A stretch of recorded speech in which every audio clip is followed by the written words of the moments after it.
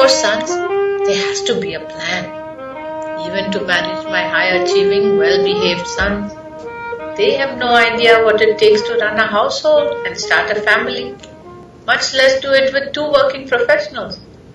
I asked my eldest, Chetan, one day, how he would be able to run and play with his child if he waited until his 40s to settle down. He was 28 with no prospects.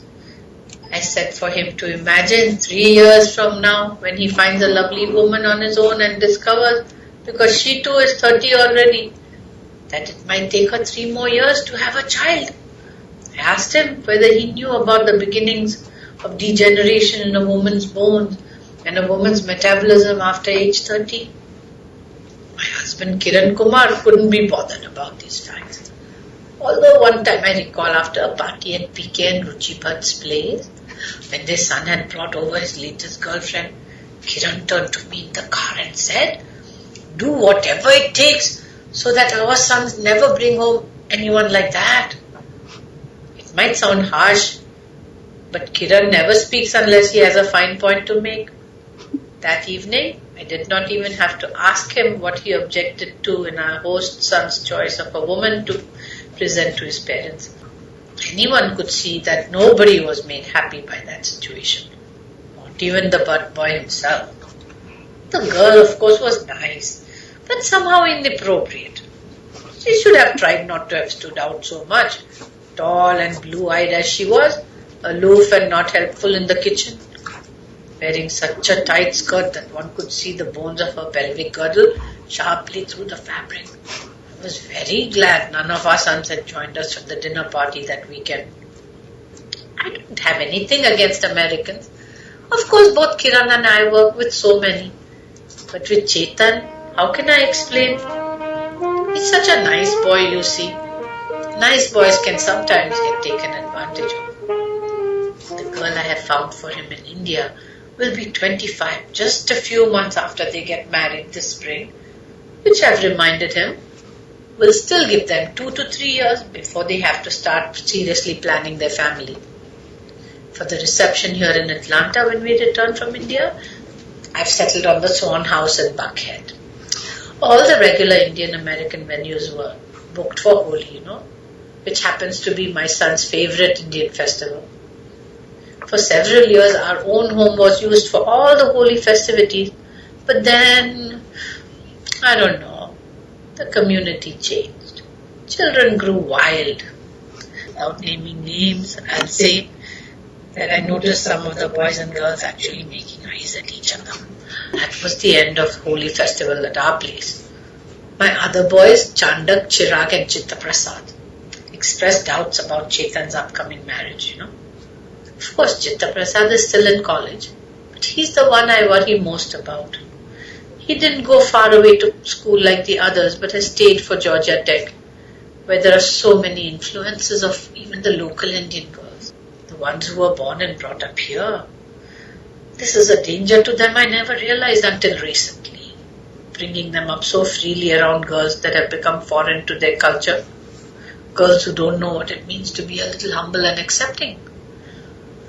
"Mom, do you even know what people call me in middle school?" Chitta Prasad loves to ask me when I'm trying to explain the way things are. "No, tell me." Then there is so much laughing between my boys, all except poor Chitta Prasad. Then I know he's serious. "Shitta Paddy," they call me. "Shitta Paddy, Mom, because you have to give me this name." "It means happiness," I protest. "Of course it does," says my middle son Chandak. Then all the boys are laughing, even Chitta Prasad. And they're joking between them how some Indian started the whole joke. The terrible nickname? Some Indian girl, it appears. They have no hearts, these USA Indian girls, most of them. "Mean," Chirag points out. "Hot but bitchy." Finally, my husband Kiran speaks up. "You should not be talking this way in front of your mother," he says, looking up from the Wall Street Journal. Only Chitta Prasad begins again. "What if Chetan falls in love with someone else next month? He's like walking along doing his thing at the airport between trips and bang!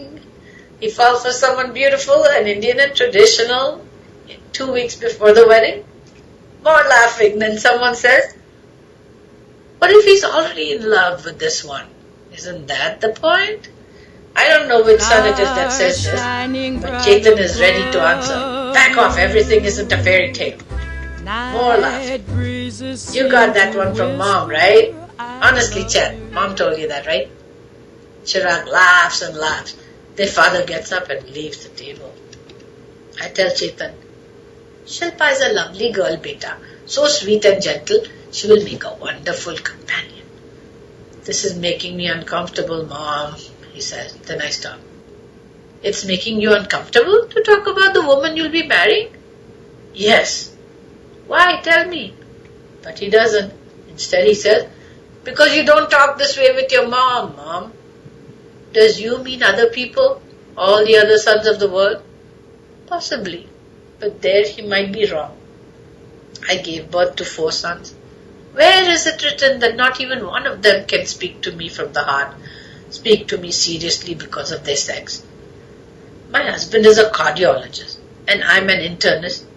You would think that between us, we would be able to know what is happening in the minds and hearts of our children.